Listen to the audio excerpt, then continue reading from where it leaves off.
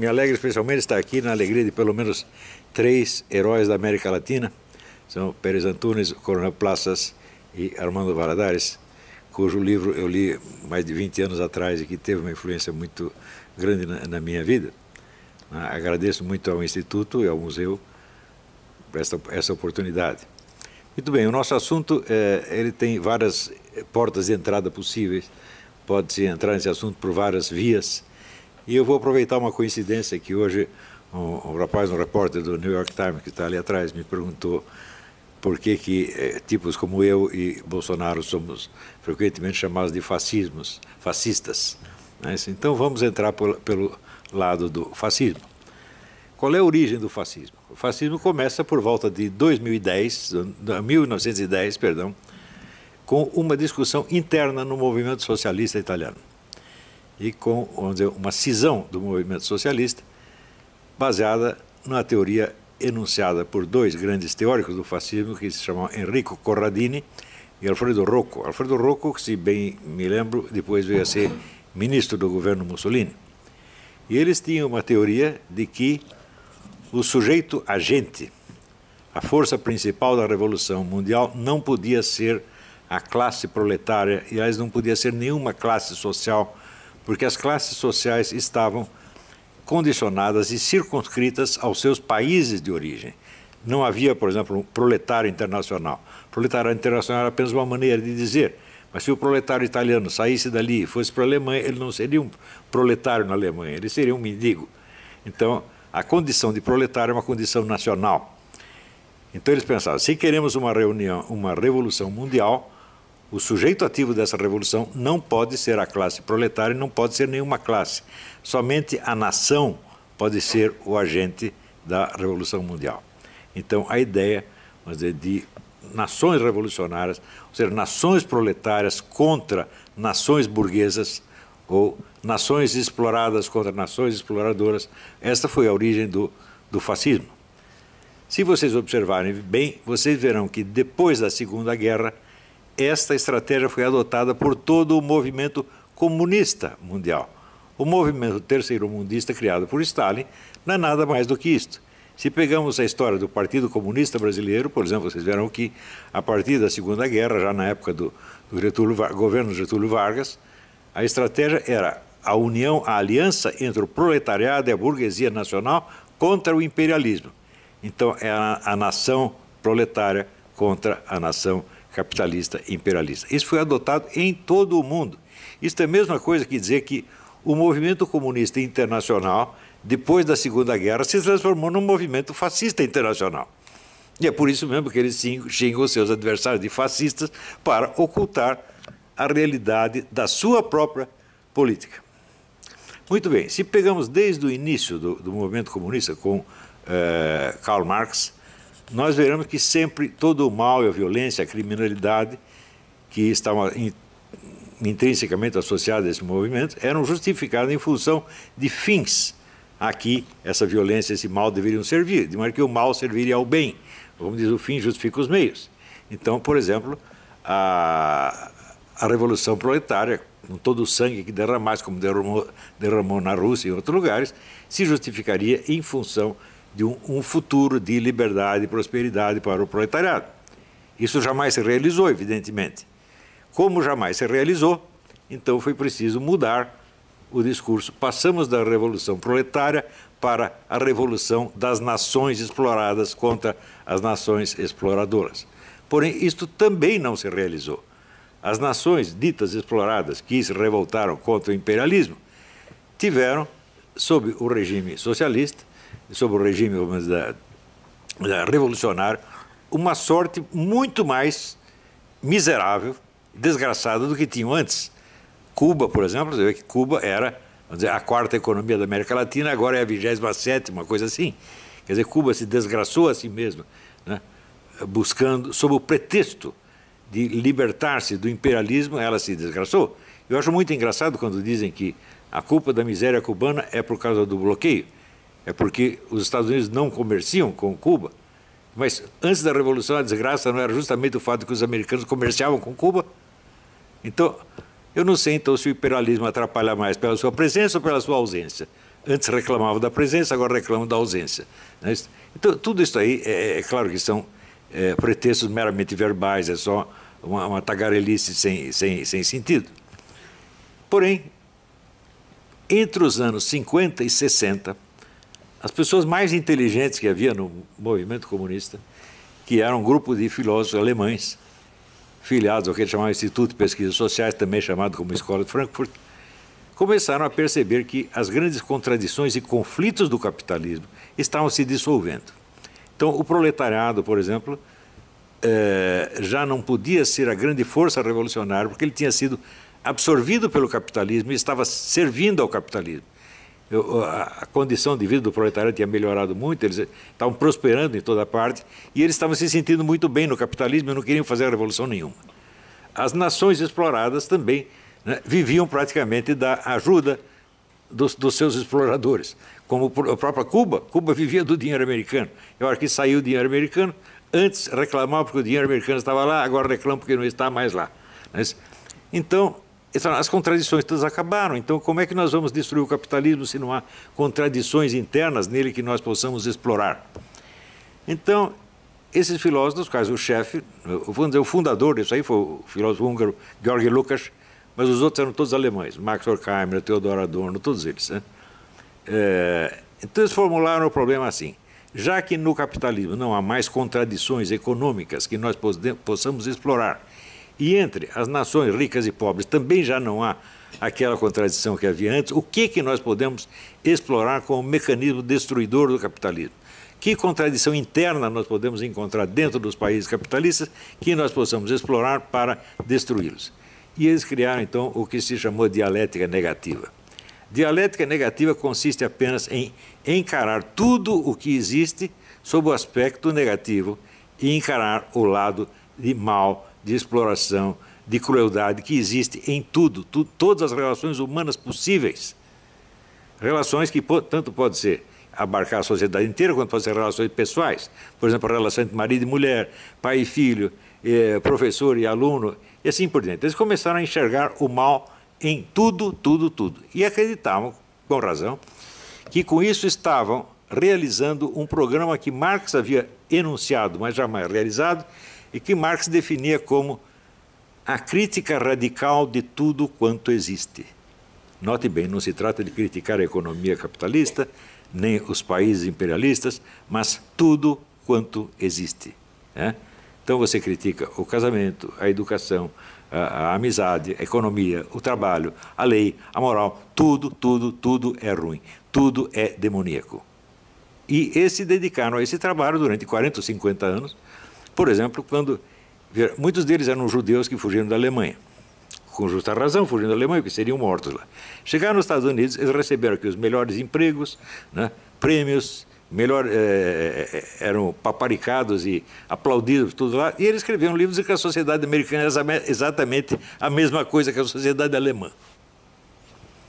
Você fala, eles são loucos? Não, eles são simplesmente os autores da dialética negativa. Eles veem tudo pelo lado mal, inclusive as melhores coisas que existem.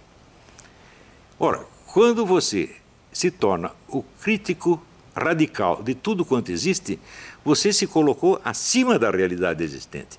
Toda a realidade é má e você é o crítico que a examina, analisa e condena.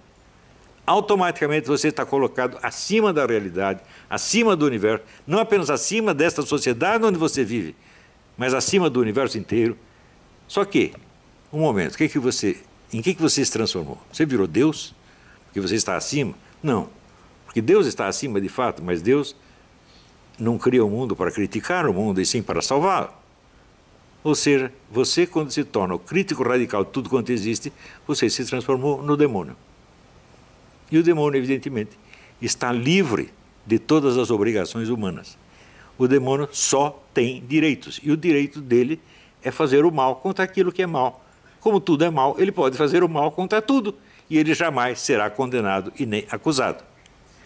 Veja, isto quer dizer que esta política esquerdista hoje, ela tem sobre o seu público, especialmente o público jovem, um tipo de atrativo que é completamente diferente da que tinha antes. Antes tratava-se de fazer o mal em nome de um bem.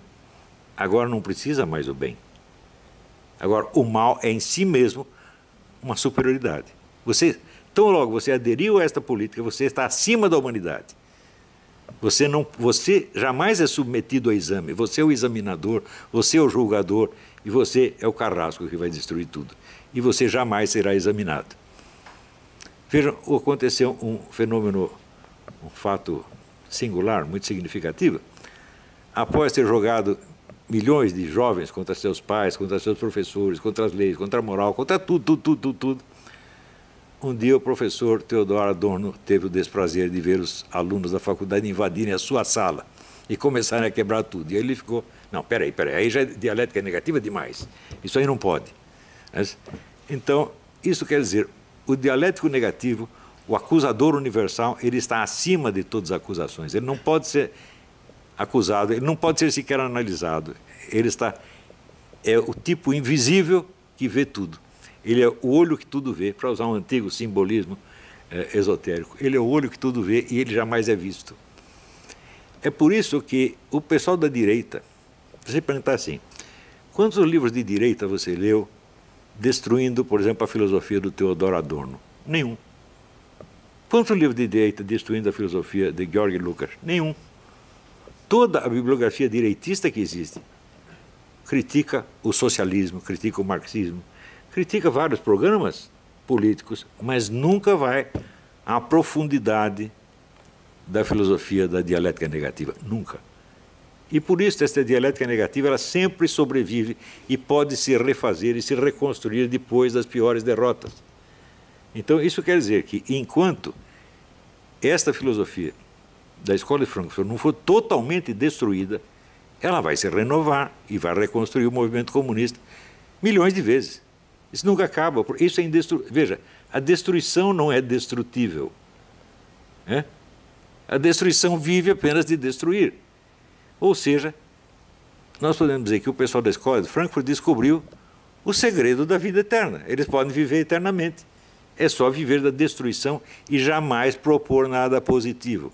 Quando propor alguma coisa, propõe sob o nome de positivo algo negativo. Por exemplo, operar crianças de 5 anos, um menino de 5 anos que diz que é menina, você já manda operá-lo. Ela corta o órgão sexual dele e pronto, virou menino. Pode haver algo de bom nisso, é claro que isso é apenas destruição. Você não sabe o que vai ser desse menino mais tarde. Você não sabe se ele vai querer o seu órgão sexual de volta. Mas não precisa saber.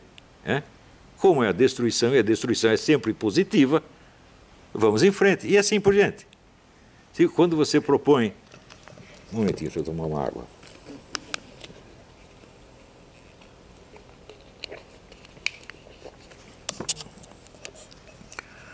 Quer dizer, a legalização universal do aborto. Pensa bem. Alguém pode provar que um feto é um ser humano apenas uma coisa? Existem provas de uma coisa, existem provas da outra. Essa discussão pode continuar eternamente e ninguém chega a uma conclusão. Um não convence o outro não convence um. Então significa o seguinte, nenhum de nós sabe a resposta dessa pergunta. Se nós não sabemos, então há 50% de chances para um lado e 50% de chances para o outro. Portanto, a escolha não é racional. Isso quer dizer que aquele que é a favor do aborto, ele não é por motivos racionais, ele é porque ele quer. Ele quer o aborto universal. E ele quer porque o aborto universal é negativo e, portanto, do ponto de vista dele, será sempre positivo. E assim por diante. Tudo que as pessoas consideram mal passa a ser considerado bom. O bem só existe sob a forma do mal. E esta é a essência, esse é o segredo da Escola de Frankfurt. E isso tem um atrativo infinitamente maior do que a velha revolução proletária ou a velha revolução fascista. Porque tanto a revolução proletária quanto a revolução fascista, elas alegavam um bem futuro que era justificativa do mal que se está fazendo no presente. Era a finalidade boa que justifica o meio mal. Portanto, essas revoluções podiam ser criticadas em nome do quê? Dos fins que elas mesmas se propunham. Quando você via, por exemplo, que no regime socialista os proletários estavam passando muito mais fome do que no regime capitalista, você via que a revolução tinha falhado a realizar o fim que ela se propunha. Então ela podia ser criticada em nome do seu fim. Do mesmo modo, você vê, a revolução fascista prometia que, vamos dizer, as nações que estavam sendo exploradas, roubadas, seriam as dominadoras. Não é isso? Então, sei lá, o Hitler vai propor um Reich que vai durar 1000 anos. Durou 12 e acabou muito mal. Não é isso? Mussolini acabou pendurado, assassinado e pendurado pelas pernas, e a Itália perdeu tudo. Então, essas revoluções podiam ser criticadas em nome dos fins positivos em nome dos quais elas faziam mal. Mas a nova revolução, a revolução da dialética negativa, não pode ser criticada por nada. Porque ela tem o monopólio da crítica, ela tem o monopólio do discurso destrutivo. E o monopólio do discurso destrutivo transforma o seu portador num tipo sobre-humano. Ele jamais pode ser condenado em nome de nada, nem mesmo da própria revolução. Você vê que os antigos comunistas ainda tinham a possibilidade de ter que fazer uma autocrítica. Nós erramos em tal ponto agora. Agora não há mais erros, meu Deus do céu. Está entendendo? O poder atrativo desta coisa é ilimitado. E pela mesma razão, não adianta discutir contra esta revolução com os argumentos e armas com que se usava contra a revolução proletária e a revolução fascista. Não adianta mais. As pessoas não são mais acessíveis a esse tipo de argumento, por quê? Elas são sobre-humanas. Você percebe? Um sujeito, por exemplo, que ele nasceu homem e decidiu virar mulher. Bom, alguns acabam parecendo mulher mesmo, mas a maioria não acontece, o sujeito continua parecendo homem. Então você olha e vê um homem, mas ele diz, mas eu me sinto mulher e você não tem o direito de me olhar como os seus olhos me veem, você tem que me olhar como eu quero ser visto. Isso quer dizer que a piada do Groucho Marx, afinal, você vai confiar em mim ou nos seus próprios olhos? Virou realidade. Você tem que negar você tem que furar os seus olhos. Né? Você não tem o direito de enxergar as coisas como você as enxerga. Você tem que enxergar como o seu interlocutor quer ser enxergado. Então ele se colocou numa posição supra-humana. Ele não está mais em condição de ser julgado pelos mesmos critérios com que nós somos julgados. Ou seja, ele pode nos proibir de falar, sem jamais ser acusado de opressor ou de estar fazendo censura. Ele impedir você de falar significa o quê? Isso é liberdade de imprensa. Né? Em Cuba existe liberdade de imprensa. O caso na cadeia é liberdade de imprensa. Por quê? Cuba não pode ser julgada por critérios humanos. Cuba não tem mais uma finalidade positiva que ela precise alcançar para justificar a sua revolução. O seu fracasso se transformou no seu sucesso, porque quem determina o que é fracasso ou sucesso são eles mesmos.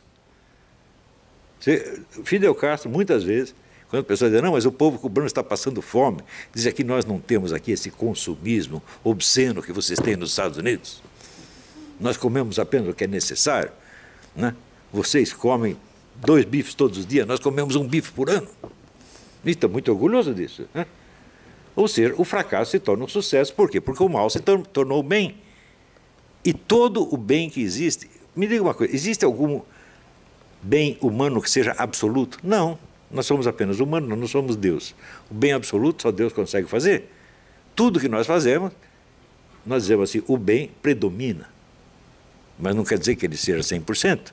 Ele é, digamos, 90%, 80%, e nós nos satisfazemos com isso. Mas eles, onde houver 10% de mal, eles vão dizer que é tudo mal. E esse pequeno mal, ele está presente em tudo. Então, é tipo de, vamos dizer, falácia filosófica que se enuncia da maneira seguinte, tudo é tal coisa. Por exemplo, se você disser, tudo é energia. Eu digo, bom, existe algum fenômeno onde a energia esteja ausente? Não, ela tem que estar presente em tudo. Ou seja, tudo é sexo. Existe alguma ação humana que não tem nenhum elemento sexual, fala, bom, pelo menos o agente vai ter que ser o homem ou a mulher, uma terceira coisa. Então o sexo estará presente. Ou tudo é a lei da gravidade. Bom, a lei da gravidade jamais vai estar ausente. Então, todo fator que está presente em todos os fenômenos não pode ser causa de nenhum deles.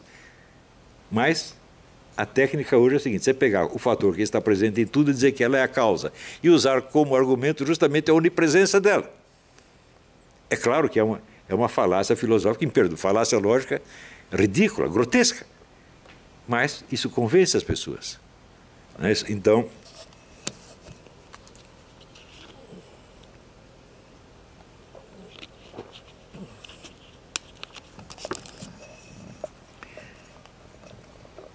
viram, tanto nos Estados Unidos quanto na América Latina, e especialmente no Brasil, esse tipo de filosofia tomou conta de toda a mídia e de todas as universidades. Não sobrou nada fora.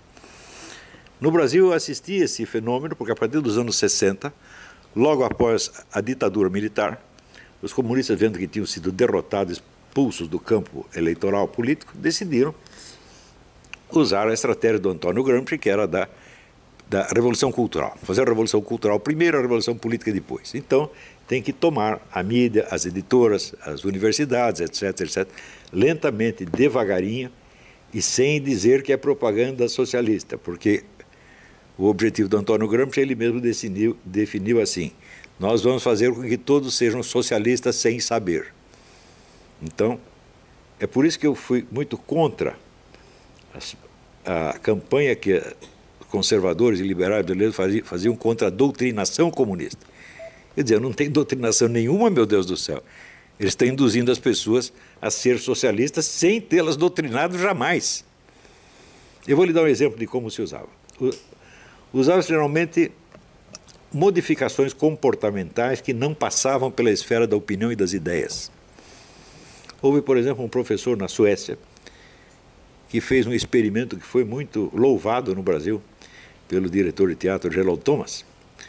Ele pegou os seus alunos e disse: vocês, durante esse fim de semana, vocês vão fazer um experimento de sexo oral com o seu colega aí do lado.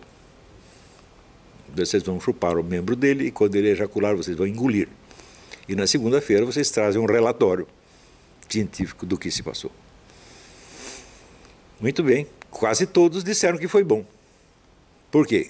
Existem já pesquisas em psicologia que mostram que sempre que você faz uma pessoa agir contra os seus princípios, em 82%, 83% dos casos eles mudam de princípios, para não dizer que fizeram uma tremenda asneira. Então, quer dizer, até aquele dia ninguém tinha pensado em fazer sexo oral com o vizinho, a partir de segunda-feira todos começaram a pensar. Isto é doutrinação? Não, o professor não fez doutrina nenhuma, não os convenceu de nada, apenas sugeriu que fizesse uma experiência inocentemente. E é assim que se faz. Há um livro do Pascal Bernardin, que se chama... Pascal Bernardin é um professor de ginásio francês. O livro chama-se Maquiavel Pedagogo. E ele mostra o número dessas técnicas de manipulação comportamental que são usadas. Nenhuma delas parece propaganda de maneira alguma. Existem vários truques ali. Um deles chama-se pé na porta. Pé na porta é o seguinte: o pesquisador bate na porta do sujeito e diz: olha, eu sou da prefeitura, nós queremos aqui grudar um cartaz de trânsito aqui na sua parede, um cartaz de 2 metros de altura.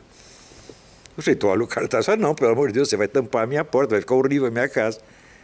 Ah, então nós temos esse aqui pequenininho, de 30 centímetros, pode pregar? 90% dos casos todo mundo concordava.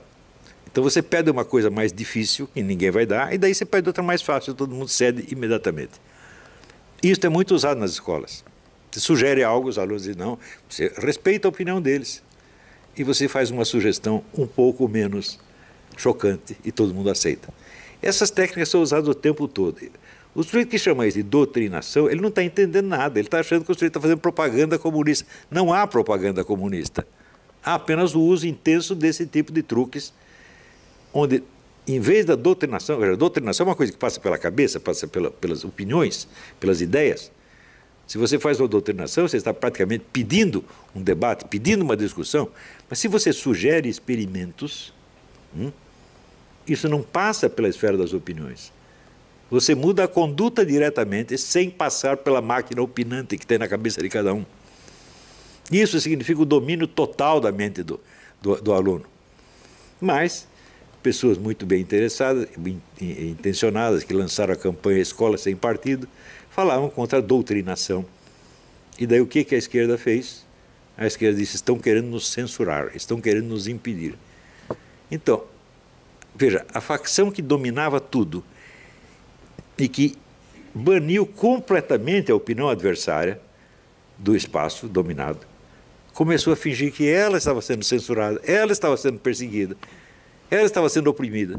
E você veja, isso significa que o pessoal da direita, conservador, liberal, não entendeu o que estava acontecendo. O que estava acontecendo é uma coisa, estavam combatendo outra que não existia. Isso acontece praticamente no mundo inteiro. Eu vou lhes dar um exemplo. Eu sempre ando aqui com o meu cachimbo, não só porque eu fumo e gosto de fumar, mas porque é um símbolo. O economista Walter Williams, vocês devem conhecer, o Walter Williams é um brilhante economista negro, americano. Ele foi o único que fez uma análise correta disso aí. Ele disse, o movimento antitabagista foi o primeiro teste em nível de amplitude universal para avaliar a possibilidade de manipular a massa e dominá-la. Então, o que eles fizeram? Lançaram aí algumas pesquisas científicas que diziam o fumo causa isto, mais aquilo, mais aquilo, mais aquilo outro. E muito bem, qual é o princípio número 1 da terapêutica? É o princípio de que, removida a causa, cessa o efeito. Hoje, o número de fumantes nos Estados Unidos diminuiu para 1/3, mas as doenças pulmonares e cardíacas não diminuíram nem um único caso. Não interessa. Agora o antitabagismo já venceu. Todo lugar que você vai tem o cartaz. Ambiente smoke free. Primeira vez que eu vi isso vai fazer o quê? 15 anos atrás. Acho que eu fui no Hudson Institute, uma dessas organizações conservadoras americanas. Eu fui lá fazer uma conferência, quando eu cheguei, vi o cartazinho, olhei aquilo e falei, você já perdeu na briga. Porque quando você permite que a autoridade governante policie os seus hábitos policiais, pessoais, você já perdeu tudo. Depois você quer preservar algumas liberdades políticas, não interessa se você não tem a liberdade pessoal, a liberdade concreta de fazer o que você gosta, você já entregou tudo, meu Deus do céu, já está derrotado. E, curiosamente, o único analista social que percebeu isso foi o Walter Williams. Esse artigo eu guardei, é brilhantíssimo. Se vocês quiserem, depois eu mando cópia para vocês. Então, é assim que se faz. E o que é que o tabagismo tem a ver com política? Nada, aparentemente nada, é a coisa mais inocente do mundo. E uma grande parte da opinião pública conservadora, especialmente das religiões católica e protestante, aplaudiram, falaram, não, fumar é mesmo obsceno, nós temos que proibir, etc., etc., sem perceber o dano que eles estavam fazendo à liberdade pública com isto. Quer dizer, impuseram a sua opinião, tornando-a legalmente obrigatória para todos. Na democracia não se faz isso, isso não é democracia de jeito nenhum. Mas assim como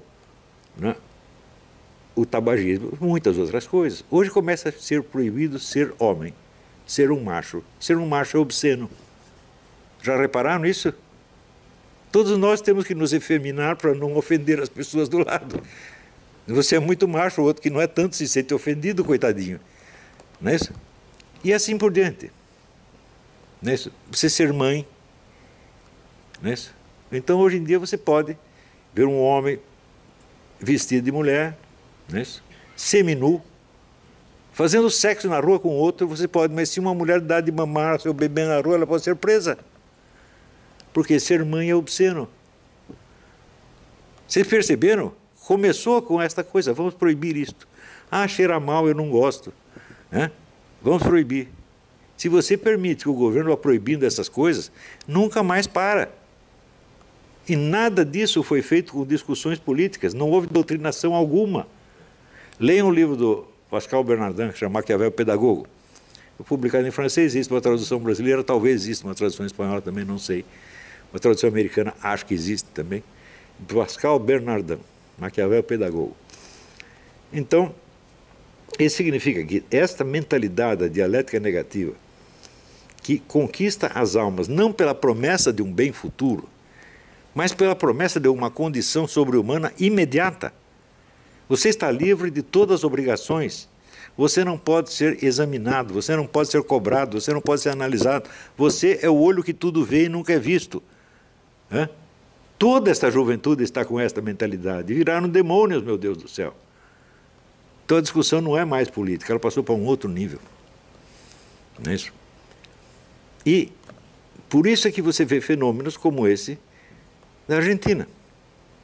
Quer dizer, um governo totalmente fracassado é reeleito, obtém sucesso. Por quê? Porque é isso que ele vai dar para as pessoas. Ele vai transformá-las em seres sobre-humanos. Vai liberar de todas as obrigações humanas e entregar para eles um instrumento de ação com os quais eles podem oprimir, assustar, maltratar e matar a quem eles quiserem. Isso é muito mais sedutor do que a antiga utopia socialista. A utopia socialista era para o futuro, né? A presente geração vai se sacrificar, nós vamos morrer, né? Mas um dia teremos o paraíso socialista. Agora, esta promoção do sujeito a uma escala sobre-humana é imediata. Não é uma utopia. Você começa a viver isso no primeiro momento. Quer dizer, você pega um homem assim, uma fisionomia, sei lá, parecendo Schwarzenegger, né? Ele veste uma calcinha, um sutiã, e ele diz que você é obrigado a vê-lo como mulher. Né? Você diz, mas eu não aguento, eu não consigo. Tento ver uma mulher, mas eu vejo um homem. Ah, você é um criminoso, você vai para a cadeia. É isso que eles estão fazendo, gente, e nós estamos aceitando essa brincadeira. Porque não percebemos a profundidade, vamos dizer, do impulso diabólico desses homens da Escola de Frankfurt. De como é possível o sujeito sai da Alemanha nazista, onde iriam matá-lo. Ele vem para um país onde é o contrário, ele tem liberdade, tem bom emprego, todo mundo trata bem, e ele diz que é a mesma coisa. Quer dizer, é uma ingratidão absolutamente demoníaca. Você não percebe a diferença da Alemanha nazista, dos Estados Unidos e a democracia americana, o que há? E ele diz isso não é num artiguinho de jornal, ele escreveu um livro desse tamanho, chamado Personalidade Autoritária, onde está lá, segundo ele, está demonstrado que a sociedade americana é igualzinha à sociedade nazista. Então por que você saiu de lá e veio para cá? Por que você não ficou lá mesmo? Ou seja, isto é o que eu chamei de paralaxe cognitiva. Paralaxe cognitiva é um deslocamento total entre o eixo da construção teórica do filósofo e o eixo da sua experiência real. Ou seja, o que ele está descrevendo, o que ele está dizendo, desmente flagrantemente a experiência real dele. E isso é uma coisa que existe, vamos dizer, é um mal permanente do pensamento ocidental nos últimos 4 ou 5 séculos. Né? Eu dou um exemplo, por exemplo, Karl Marx, o próprio Karl Marx é um exemplo disso, onde ele diz que todas as classes sociais têm uma visão deformada da história. Por quê? Elas têm interesses em jogo e a sua visão das coisas é deformada pelo seu interesse oculto. Exceto o proletariado. O proletariado não tem interesses especiais, os interesses deles coincidem com os da humanidade inteira, então o proletariado é a única classe que pode ter uma visão objetiva da realidade histórica. E em seguida, ele, Karl Marx, que não só não era um proletário, mas nunca tinha visto um proletário, escreve a visão objetiva das coisas segundo a visão proletária. Eu digo, mas espera aí, mas a sua existência é o desmentido da sua teoria.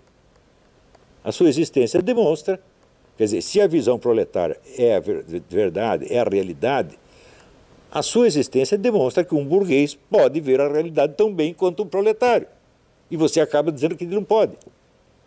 Ou seja, a mesma coisa que ele escrever, eu, Karl Marx, não consigo escrever este livro. Mas você escreveu. Então, isso não é hipocrisia.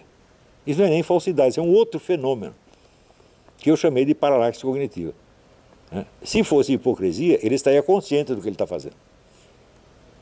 Mas ele escreve isso com total inocência.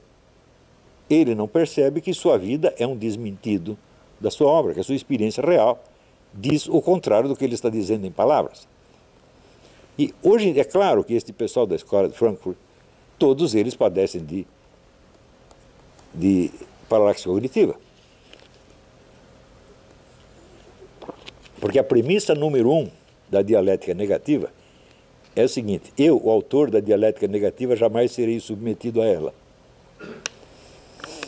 Eu, o autor, né, da análise pejorativa, jamais serei objeto de análise pejorativa. Porque se for, você está liquidado na mesma hora. Se você pegar, por exemplo, né, Max Horkheimer era o presidente, foi o presidente da Escola de Frankfurt durante muito tempo. Ele era um homem milionário e os empregados da escola ele pagavam um salário de fome.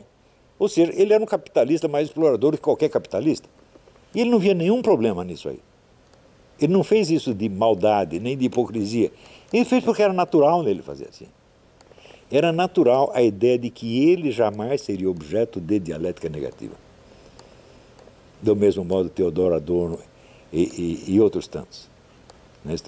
A influência que essa escola teve na América e, sobretudo, no Brasil, é imensurável. E ela é imensurável por quê? Porque ela tem um atrativo hipnótico muito maior do que o capitalismo ou o fascismo. Veja, Karl Marx, Lenin, Mussolini, Hitler jamais conseguiram angariar tantos adeptos tão facilmente. Veja, se você pega os livros de Max Horkheimer, Theodor, são livros dificílimos de ler. De como é que isso ganha tantos adeptos? Porque você não precisa ler, meu filho.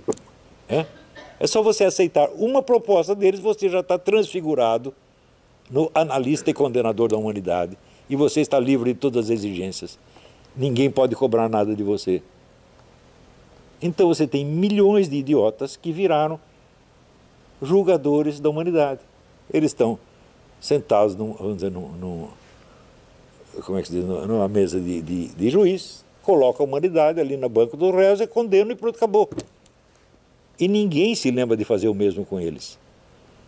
Por quê? Porque a tradição de análise, tradição de discussão dos liberais e conservadores vem do mundo anglo-saxônico e eles entendem tudo como se fosse uma disputa entre o Partido Conservador e o Partido Trabalhista britânico. Os dois sentados no parlamento, cada um do seu lado, discutindo educadamente, de vez em quando um fazendo umas piadinhas sobre o outro e tudo não passa disso. Ora, a política da Escola de Frankfurt não é apenas de destruição do capitalismo, é a destruição de tudo exceto eles. É a proposta mais cruel, mais sádica que alguém já fez. E até hoje ninguém percebeu isso. Por quê? Porque os homens da Escola de Frankfurt jamais pertenceram ao Partido Comunista Soviético. Então todo mundo diz, não, eles são comunistas, mas eles são mais moderados do que Stalin. Fala, não, Stalin comparado com eles era um doce de coco, era um anjinho. Stalin nunca disse que era para destruir tudo que existia de bom. Eles disseram. Por trás de todo bem existe o mal.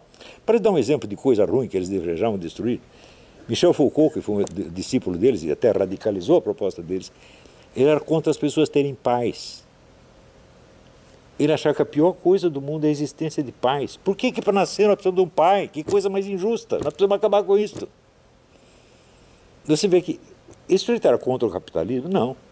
Ele era contra o capitalismo, contra o socialismo, contra a natureza, contra a história, contra tudo. Só não era contra ele mesmo. Pierre Magnard, que sim, é um grande filósofo, foi colega dele, amigo dele, né? Disse, ele sempre foi louco. E, no entanto, as pessoas leem. Claro, o Michel Foucault não é nenhuma besta, de vez em quando ele tem umas intuições brilhantes sobre isso, sobre aquilo. Essa é uma característica a diferença fundamental entre a filosofia antiga e medieval e a filosofia moderna é o seguinte. Em geral, os filósofos antigos, como Platão e Aristóteles, eles têm razão no conjunto e eles erram num monte de detalhes. O de hoje é o contrário, eles erram no conjunto, mas acertam em um monte de detalhes. Se você lê as obras de Karl Marx faz análise brilhante sobre isso, sobre aquilo, sobre aquilo. Quando você vai ver o conjunto, não faz sentido nenhum. E o Michel Foucault, a mesma coisa. Michel Foucault faz análise, por exemplo, faz análise do quadro do Velázquez, das meninas. A análise é brilhante, claro, mas o conjunto da filosofia do Michel Foucault não faz o menor sentido. E ela é baseada no quê? Na maldade. Este é o ponto. Nós não podemos aceitar essas pessoas como interlocutores genuínos. Dizer, não, eu sou apenas contra as suas ideias, mas vou preservar a sua pessoa. Fala, não, meu filho, as suas ideias até que são boazinhas, o que não presta é a sua pessoa. Isto, eu disse muitas vezes, no debate com João Pedro Stedler, que era o chefe do movimento do Sem Terra, tive um debate com ele na Bienal do Livro, em Porto Alegre, eu não lembro o ano, talvez minha esposa lembre. 2000 e pouco, E a plateia inteirinha era de membros do MST. E eu falei para eles, olha, eu não sou totalmente contra a sua proposta, a reforma agrária, eu não sou contra essa porcaria do seu líder, esse homem não presta. Eles ficaram assustadíssimos, E daí começaram a vaiar para não poder falar. Peguei o microfone e disse, cala a boca! Todo mundo ficou quietinho. Por quê? Eu conheço a fraqueza dessa gente. Eles são maus para esconder a sua profunda fraqueza. A crueldade deles expressa o medo que eles têm de existir e de assumir a responsabilidade da existência adulta. Eles não querem isso. Eles nunca chegam à maturidade e não querem. Eles querem continuar brincando de que eles são os julgadores da humanidade. Todo o Foro São Paulo é baseado nisso e por isso ele faz sucesso. E por isso, quantas derrotas ele sofra politicamente, ele vai se refazer. Então, o professor Sanches tem toda a razão. Nós não podemos ser os antagonistas do Foro de São Paulo. Nós temos que destruir o Foro de São Paulo. Destruir para que isso nunca mais se levante, para que ninguém... Veja, hoje em dia o nazismo não é proibido. O comunismo também tem que ser. O Foro de São Paulo também tem que ser. Isso não é política, isso é crime. Os suíços chegam, nós temos que matar todos os judeus. Isso é política? Não, isso não é política, isso é crime. Nós não podemos... vamos discutir aqui educadamente. Devemos matar os judeuzinhos, sim ou não? Você acha que tem sentido uma discussão dessa? Não tem nada. Cala a boca, burro, põe na cadeia, tampa sua boca com uma rolha. Isso se não condenar à morte logo. Nós não podemos aceitar mais a existência dessas coisas. Não podemos aceitar, vamos dizer, a ideologia criminosa como se fosse uma proposta política. Isso não é uma proposta política. Isso é psicopatia, isso é crime. Então, esta aí é a minha conclusão. Muito obrigado pela sua atenção.